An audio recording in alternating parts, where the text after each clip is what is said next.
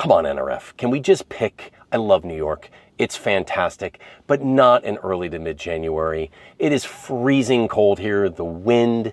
Thankfully, there's Hudson Yards, because years ago there was nothing between here and 7th Avenue. Now at least there's things to kind of find and discover. But you know what? Miami sounds amazing in January. And I don't think I'm alone. Can we do this in a warmer city? Because normally this is just misery, and I don't think I'm alone. Thanks for the consideration. I appreciate it.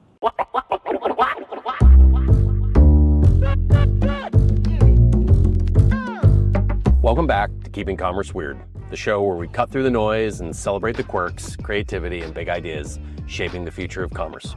I'm your host, Travis Hess, the CEO of Commerce. We're kicking off the new year in a very Keeping Commerce Weird way, live from New York City during NRF, cruising through the streets in our Commerce Cab. And if there's one thing NRF always reminds us of, it's that commerce never stands still. It reinvents itself every year.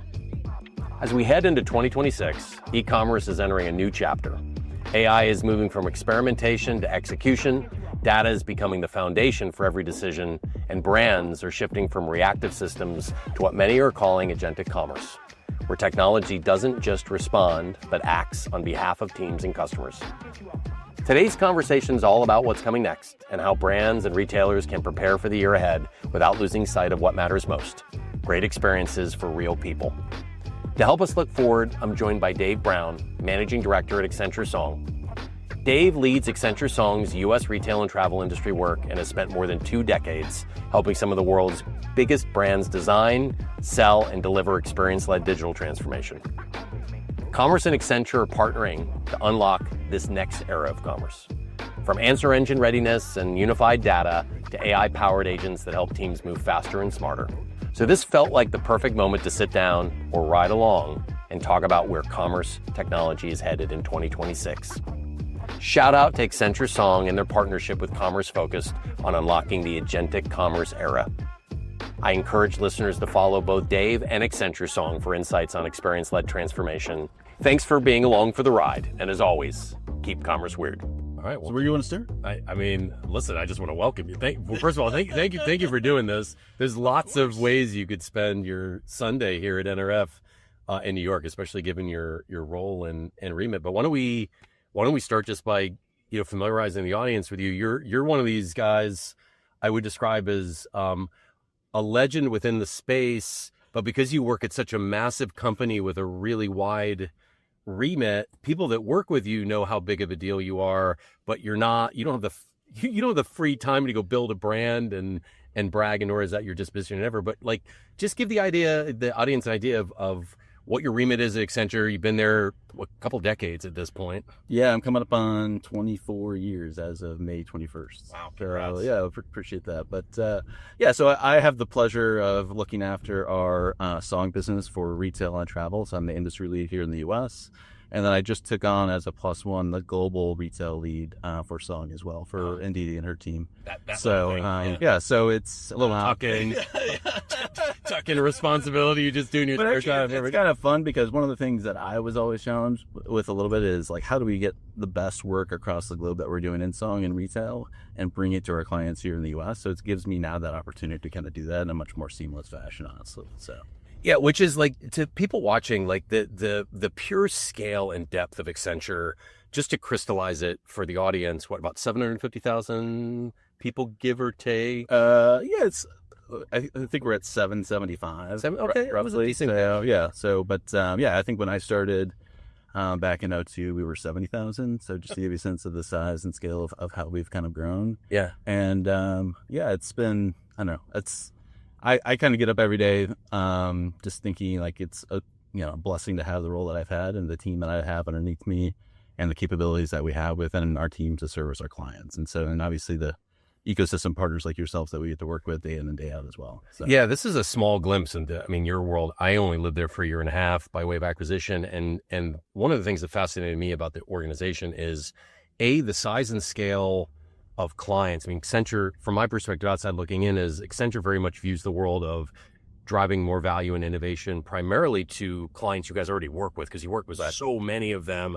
as opposed to a traditional digital agency or broader advertising agency model that's, looking to go add new brands, new pitches all the time. And obviously outside of any conflicts, Accenture very much has these strategic tentacles within the business from so many different angles that you don't realize until you start interfacing with folks that own the client P&Ls, how many different ways Accenture is impacting that business, from supply chain to strategy to technology, you name it, like operations as well. And operations, yeah, part of our business. Yeah. So like being here, we're here at NRF, the biggest retail show of the year, certainly. You running retail at Accenture, the largest, professional services consultancy, certainly in the digital transformation space. Is this overwhelming for you coming in here? Is this exciting? Does this give you energy? Does this give you exhaustion when you're done? How do you frame it? Like, coming from such a large strategic entity, coming to the largest, epicenter of bringing all of this together, it's got to be a crazy 2 or 3 days. Yeah, no, I mean, it's meeting after meeting, but I actually love just to see and get a perspective on what others are kind of focused on and the challenges that they're up against. And then obviously there's a huge opportunity, in how, shopping for customers is now being kind of reinvented across the board. So I think it's like just this amazing time where every single client of mine is asking, how do I address, all of these shopping assistants? How do I think about kind of connecting the experience together? How do I think about generative engine optimization? How do I use agentics? How do I use AI? So it's really kind of nice to kind of get a little bit of a perspective. It is overwhelming just in terms of there's kind of quite a bit of a sea of sameness, I would say, as you're kind of walking around, I would say that, booth to booth to booth. But I think what we do actually, we actually curate experiences at our own office within the Accenture Tower here at 1 Manhattan West, and we have specific topics.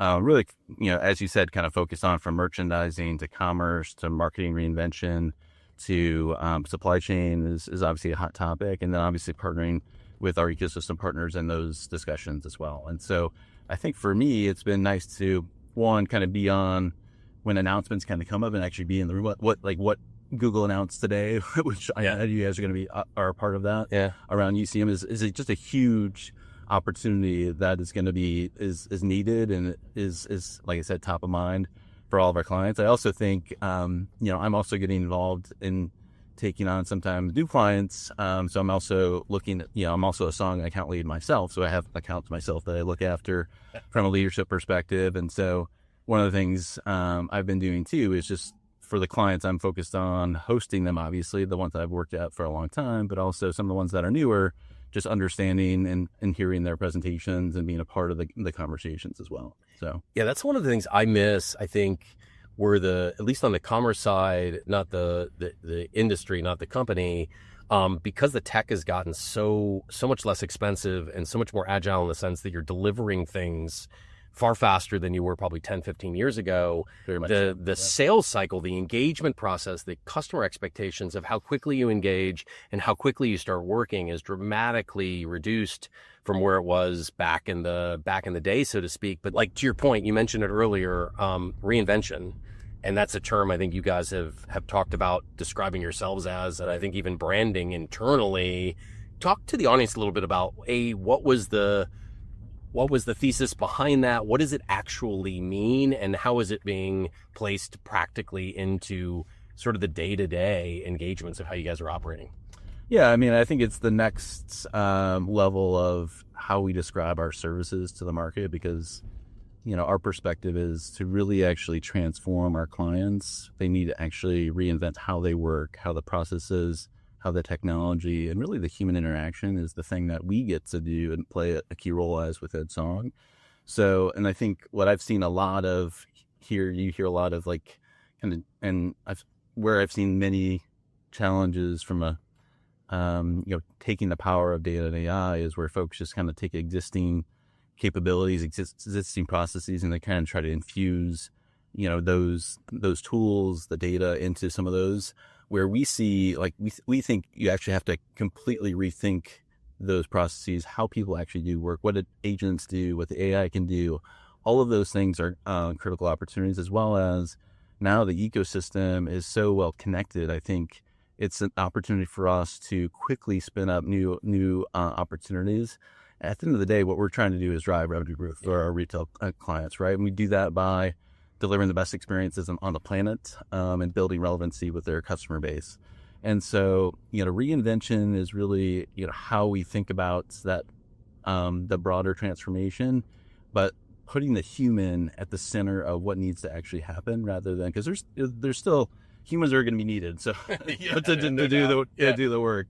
But what is an agent really good at, and how do we essentially tie that together in end-to-end processes so we can really just improve overall speed to market. I think one of the retail clients we started looking at from a content production processes, this was kind of a couple of years ago. I mean, go through their step-by-step content process was like a 3-month process, and we were able to get that down to like 3 weeks. And we just kind of see continued acceleration, honestly. But I think one of the things that I will say, there's still a lot of retailers that are not ready to jump into the Gen AI game just yet. So it's still a long process to educate them on what do they need to think about, what are the learnings that we've had over time, how should they, where do they start, and where do they, typically we have, kind of a bit of a, where they're doing things at multi-speed. So depending upon if they're more sophisticated on the data side, on the content side, on the strategy side, et cetera, we can kind of reposition things in a way where we can generate value quickly while actually building out the scale that is going to be needed. Because to be honest, a lot of retailers today still have a lot of challenges just around foundational data.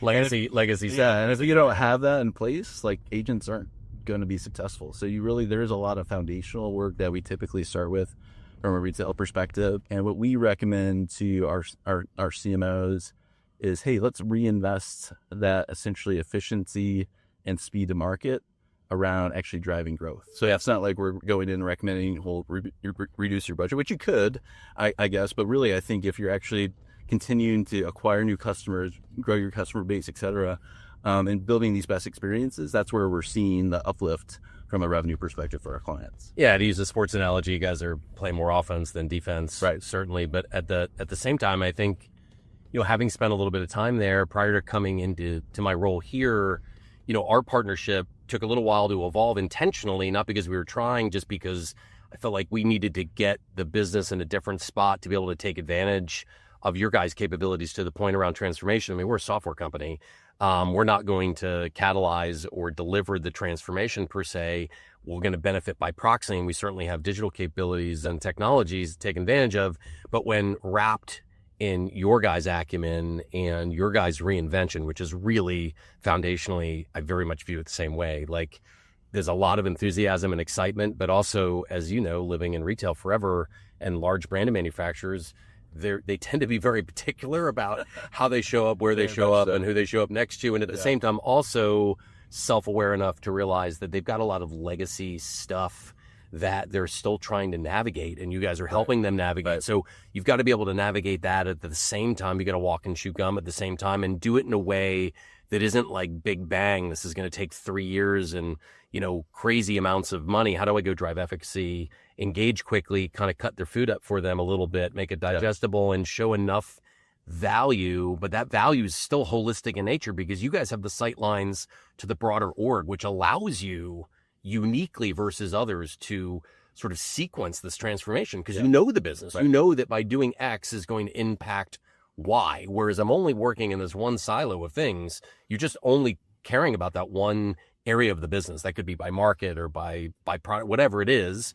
You guys have that unique sight line across all of it. It's just, how do you boil it down where, if I was going to create a prioritization framework, what's going to drive the maximum amount of return for the least amount of risk and cost? And then how do I reinvest that value back into hyperscale and rinse and repeat within that space, which is the flywheel and the machine of Accenture, that if you can tap into that as an organization working with Accenture, you can accelerate that transformation and that value. And as a vendor or partner to Accenture, if you can tap into that, obviously you can accelerate your value and scale as well. So that's something I feel has worked really, really well for both companies. But I had the added advantage of having living there for at least a year and a half. If I hadn't, it's a big and unintentionally just a complicated business in the sense you guys do so much to so many, just understanding where folks live, what motivates them. There's an added advantage of having worked there, I guess, from my perspective. Yeah, no, I think it is a very large and complex organization, and just knowing who to go to and how we're structured and how we kind of go to market, I think is a huge advantage that you kind of have having been on our side. I'm curious too, of just from your perspective, on like the commerce side, like what are you guys kind of seeing from a retail perspective, just around, I don't know, maybe don't use the term reinvention, but just in terms of where you guys see the biggest focus. I mean, obviously huge announcements here today at NRF. But I would just love a little bit of obviously share my perspective, but what you guys are kind of seeing as well. I know people don't ask me a lot of questions on the podcast. It's very nice there. I appreciate it. And I didn't realize you guys trademarked reinvention. I won't mention that word again, but I know what you meant. I think we're seeing similar trends. I think there's a lot of exciting announcements going on. It's hard for folks in the space and outside the space to understand what it really means. I think a lot of it's been foundational in nature, right, and standards. I think larger enterprise retailers, brand manufacturers, folks that sell globally with complicated catalogs and nuances to their business, I think they're being very pragmatic about what's going on. They're not necessarily sprinting to be shopped for in surfaces they don't fully understand or control the experiences over. So there's a lot of things going on at once. I think the discoverability is front and center. I think everyone's experienced that through agentic, certainly through the answer engines this year, that traffic has dropped off, consumer behavior is moving to the answer engines. They're having contextualized conversations. I think every brand or retailer I've met with is very interested in being part of that and being discovered within those contextualized conversations, assuming they're showing up in a trustful and aligned way back to brand and values and things like that. Where they get a little more angsty is around if that turns into shopping, what does that look like? How does it look like? And what limitations do I have within that experience that might be, in the worst case scenario, deleterious to the brand, meaning I'm serving up a bad experience that I can't control that's going to drive my cost up on the back end. Like I've got call center costs that are going up, or I've got negative brand experiences or reviews or things like that. Or how am I able to ingest loyalty into that shopping experience? Can I sell more than one product at once where it doesn't diminish my AOV? Like, how do I still create all the value I've created through our brand over decades in many cases, and still serve up an optimized experience? So we're still straddling that line now. I think 2026, there was a big run up to holiday, certainly, to try to get that out. And let's be honest, it landed with kind of the simpler use cases, which is fine. Exactly. But when you're a giant retailer with hundreds of thousands or millions of SKUs and a complicated catalog and brick and mortar and all sorts of different complexity and dynamics of how you operate day to day, to your point, with thin margins, I'm going to be very, very deliberate about how I engage this and roll this out. But I think they also are realizing that the foundational pieces need to be in place, particularly around data and organizational transformation or reinvention, whatever vernacular you want to use. Marketing and commerce is now combining more, which is a bit unique to where it was run in the past. I need to show up across surfaces that my customers want to engage me with, regardless of where they buy my product. And I need to do that with value and relevance. So, if I'm a CPG brand that doesn't sell profitably direct to consumer, I still need to show up in these contextualized conversations where Dave can go buy his dog food at retailer X because that's where Dave wants to buy it. But I'm still loyal to the brand that's showing up and driving value. Yeah. Whereas you might have a digitally native brand that, might have a demographic where they're willing to make an impulse buy with a single item checkout and want to do it through that surface. So you're playing out all those use cases. You realize that foundationally you're not in a great place. There's established tools, like obviously we're the beneficiaries with the Feedonomics capability we have in brand. We're already working with 30 to 40% of the IR 1000. We have the most enriched version of their catalog. We're already enriching and syndicating across all these services. How do we continue to do that in ways that are relevant? And how does Accenture partner with us to wrap sort of reinvention and transformative capabilities around it to make sure they're doing it for the right reasons across the right surfaces, and we're gathering the right signal, right? Which has also been a gap that hasn't existed in other mediums in the past. It's like, is this working? Is it effective? Are we objectively sure that it is? And I think that's another kind of lagging sort of capability right now that's giving a lot of angst in market is that there is an obvious signal to what's working and what's not, because the foundation is still, the tracks are still being laid. Yeah, I'd also say just on that, kind of profit pool perspective, like there's a ton of concerns what the impact is going to be on retail media for every single one of our clients, just given, for some of the retailers we work with, like a large percentage of their operating profit is retail media. So I think there's a really interesting, with some of the announcements today, to really kind of tie what the impact is going to be there. And then I also think what we're kind of seeing is, how do we, to your point on discoverability, like we see LLMs as the new influencers is what we can kind of talk about in the market. So how does that is that going to necessarily disrupt retail media, or how do we actually put, I think what the discussions we're having with a lot of our clients are, how do we put the foundational data in place as the tech is evolving, but also kind of think about rethinking even some of the measurement side of it, as well, is going to be even more critically important, just because there are, to some degree, sometimes billions of dollars obviously going through these retail media networks. And everyone, to some degree, has made a lot of promises to, as they've kind of stood up some of them, that there's probably, I would say, a large percentage that have been pretty underwhelmed just in terms of where they thought they could get to versus where they're ending up now. Yeah. And that's where I think there's a new opportunity for us, because we can kind of bring end-to-end capabilities, to your point, as an Accenture Song to our clients, that, it's not necessarily going to be one thing. It's going to be all the things together. Yeah, exactly. To actually, if you're going to take maybe a retail media network that's 300 million today and you want to double it in the next 2-3 years, you definitely want to take advantage of the CAGR that's kind of happening, as well as just getting, again, this is another part of my remit around travel media. That's just another opportunity for us that we see as it's kind of in its infancy. And so that's where we think there's just a huge opportunity to, one, kind of connect across the ecosystem, get tied into the customers themselves, but really build experiences that add value to what people actually want. Because if they get value, they're actually going to want to interact and transact and all the things that we kind of talk about too. Yeah, that's I think most brands and retailers would accept the fact they need to show up on surfaces, whether they're owned or unowned, that are relevant to their customer base, but it'd be that prospective customers or existing customers. They need to do that at scale. They need to do it with relevance and personalization. They need to be able to control that in some capacity. And there's still, the rules of the internet are still being written as we speak right now across these answer engines. Their commercial models are not fully baked. Is there going to be an advertising model of that? Is that going to have a negative impact on trust? Are you serving me up an answer because they paid the most to be surfaced there? Or is it real trust and the real answer?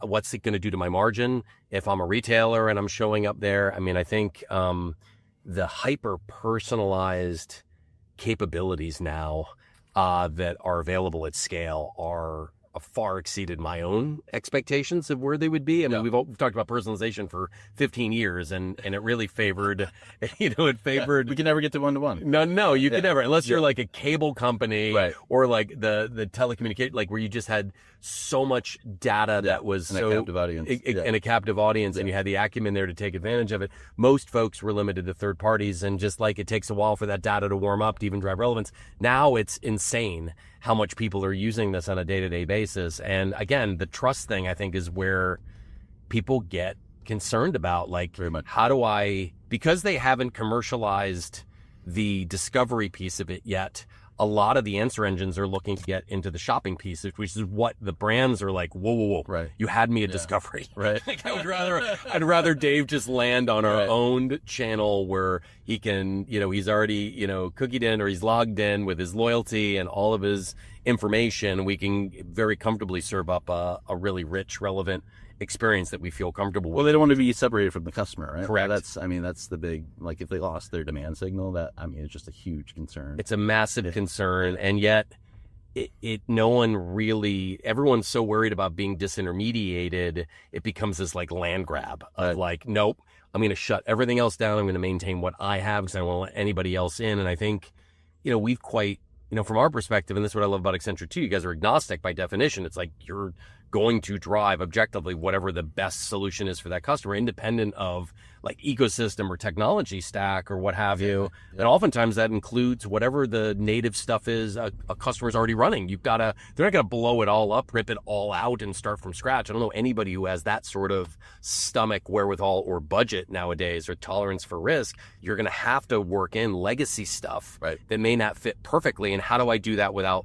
creating a bunch of technical debt or distraction or disruption to the business? I think that's the magic there. And I think for us, I think we are trying to align with modernized standards for how this is going to be done ethically and achievably, where it scales and remain open to ingestion of whatever drives the maximum amount of value for our merchants at scale now and in the future. I think people want optionality, but they also want a bit of governance to mitigate risk. For sure. And I think that's the balancing act of, how do you have a governed, open and flexible sort of framework and dynamic to work against that isn't so flexible that you back yourselves into a corner with a ton of technical debt, or you ingest a lot of fiscal or operational risk by indulging, which is and security risk. Well, you got it into security. Which is another thing that Accenture does. So it is, which is kind of important. Top of mind. Top of mind. Yeah. All right, we pivot just a minute, get into kind of what I described kind of the weird aspect of the industry and the space, and not in a disparaging or a bad way. Usually we celebrate sort of the eccentricity or diversity of ideas and new ways of doing things, not too dissimilar to your reinvention comment 10 minutes or so ago. What here at NRF, and just living in the remit that you live in, which is obviously very wide, what are some of the weirder things you're seeing in market right now, trends that maybe aren't fully baked, but you're really intrigued by, either personally or professionally or both? There seems to be more of a focus on at least a little bit of the concept of reinventing the pyramid of the priority of retailers to really put like the customer service person like at the store location, like at the top of the pyramid. Yeah. And so rather than having like the leadership at the service of, or the leadership, being served by the folks that they lead, actually reinventing it a little bit, because, especially in the high-end luxury space, like those experience, like the expectation is so high, and now it's a really exciting time to actually use some of these agentic and AI tools to really kind of build a larger scale, a level of black book relationships that you could have with more people, which is really, really interesting. I also think like there's, just a lot of concern, to your point too, around how we show up as a brand potentially, and how do we essentially now with all the answer engine options that are out there. I think that's just a huge concern as well. I also think there's just really still a huge amount of personalization upside that I see a lot of retailers that have maybe in the larger box or maybe in the grocery space where there's still a huge amount of potential that haven't taken advantage of. And then the other thing that I'm really excited about, to be honest, is taking retail media to the in-store media channel more broadly. I know it's in kind of pockets at certain retailers today, but I do think there's a really interesting opportunity to kind of take that into a broader realm, as well as think about what you could potentially be doing within like the QSR space potentially that hasn't been really figured out, to be honest, but could be really exciting, as well as like some of the clients we're talking about too is how do I even like back in that QSR space, there's actually ways that you could recognize a customer like going through drive-through just based on their license plate or what is kind of coming off their vehicle. And so there's no reason for you to type in a number or scan something. It could just like real time recognize like who you are, what you like to, what you typically order, all these things. So there's, I don't know, a really interesting set of QSR use cases that I'm pretty jazzed about too, that I think is going to be really interesting as, I think more of, like I said, the foundational capabilities get kind of enabled, that I think will be much more interesting for folks to use in the future. Like I think of my wife when she actually goes through a drive-through and it has a Jet AI assistant. Honestly, she yells human. That's what she says. It's really interesting. Yeah. Like she just doesn't have the trust factor and she wants to talk to someone. So I do kind of feel like, as you know, it's still a little bit of like the creepiness factor is still kind of comes into play just in terms of how customers are going to interact. But I also think it's very interesting. There's a ton of research that we've done on like, what does that mean for millennials versus Gen Z versus empty nesters, for example. And like, there's just, you know, obviously, the shopping behavior is dramatic. Very different. Very different in terms of what we're going to see. But I also think it's now an opportunity, to your point, like we can be much more even micro-targeted. And that's where we're starting to use the concept and capabilities of actually synthetic personas. So think about actually uploading data into an LLM, creating synthetic personas that you want to target based on the data that you've loaded, and then have them actually, you can very quickly test new strategies and opportunities without having to do like all the survey based, or in research, et cetera. Of course, you want to do some of that to kind of ground the model itself, but it's an opportunity for actually our retailers and brands to actually move much faster in terms of, especially if they're thinking about moving into a new market that they're not in, to really kind of test out new concepts more quickly too. Yeah, the incremental modeling and measurement, I think, is fascinating because the data and the tech is finally there to do this quickly. So like if you're going to fail, the old adage is fail quickly, right? Like don't take 6 months to figure out you're going to fail. Go fail quickly and move on, pivot accordingly. And I think, the automation, I think David Droga, of all people, had this quote when AI first started coming out. I think he made a comment, I'll botch it slightly, is AI is basically going to make everybody an average or mediocre designer, as an example. But the creative, exactly. Yeah. But the human element of this is what's going to differentiate. Do you feel like, and again, you use like luxury as a use case and the kind of the pyramid of retailers of wanting to leverage, obviously, the tech, arming that human element up front so that when Dave walks in the store, that human is armed with all of the nuances about you so that they're more effective in servicing you. Sure. Do you very much view it the same way? Like it's the AI is replicating kind of the tactical use cases and the automation behind the scenes, even in a QSR example, it's automating the like we'd find at a kiosk at a Panera Bread now, as opposed to talking to a human being. I go to a kiosk. Wouldn't it be great if I came up there and I could actually get my meal even faster because it knows I'm coming, whereas it sees me and has a general idea of what I'd like to order on Tuesdays. It's all in the spirit of removing that friction. And at the same time, if I'm going to have a human element there, making sure that human element is hyper targeted to drive value for Dave or others based on use cases, as opposed to just generically being there. Because like I would walk into a store and I don't want the human element because I'm so incapable of articulating what it is that I'm looking for. I feel like I'm a burden. So now I'm like, I don't need to drag you through my mess and what's crazy in my head and how I'm dysfunctionally and inefficiently shopping. But if I actually had my act together and knew what I wanted, or they knew in advance what I owned from a certain brand, they already know what they could lay out and curate. My, despite being Gen X, I might be more receptive and open to that. And if I am, I might share that more with other people. And I think you start to see consumer behavior change over time. Who would have thought people would be comfortable with a kiosk at a fast food restaurant? Yeah. Like it would be like, no, I don't want to do that, or I'm not comfortable with the tech. I want to be able to, like your wife, I want to talk to somebody because I'm allergic to something, or I'm very particular about it, not including this or not including that. I don't know. Now I feel like it's the de facto standard in QSR. And that industry, you're probably closer to it than I am. I mean, I haven't seen much transformation in that other than delivery in the last couple of years, except for that in-store sort of kiosk automation, which just felt like more of a cost savings measure than it was. Yeah, I mean, to be honest, there's a lot of automation happening in the back of the kitchen too. There's a lot of efficiency that can be driven. But to your point on that luxury side of the market, I do feel like the nurture part of the relationship is where there's a huge opportunity. Like, everyone obviously understands, hey, I'm coming in, I'm looking for something, I have a need.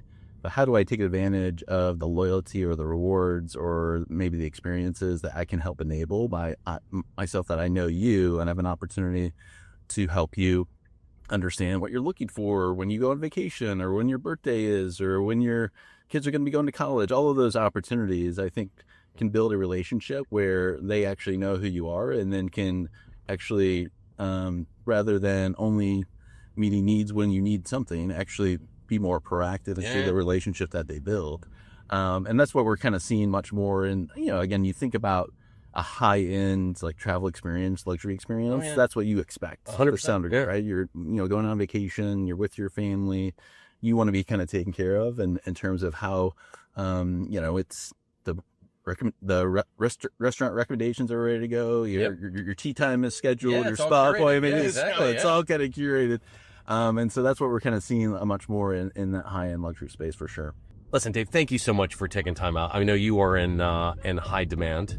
You're both welcome. client fun. and vendor side. This was great. I really appreciate you taking time and riding around the city here for the last hour or so. Yeah, no, really fun discussion. Would love to do it again, and maybe we can do a little annual just to see how things are shifting over. We'll do it in Chicago next time, man. Exactly.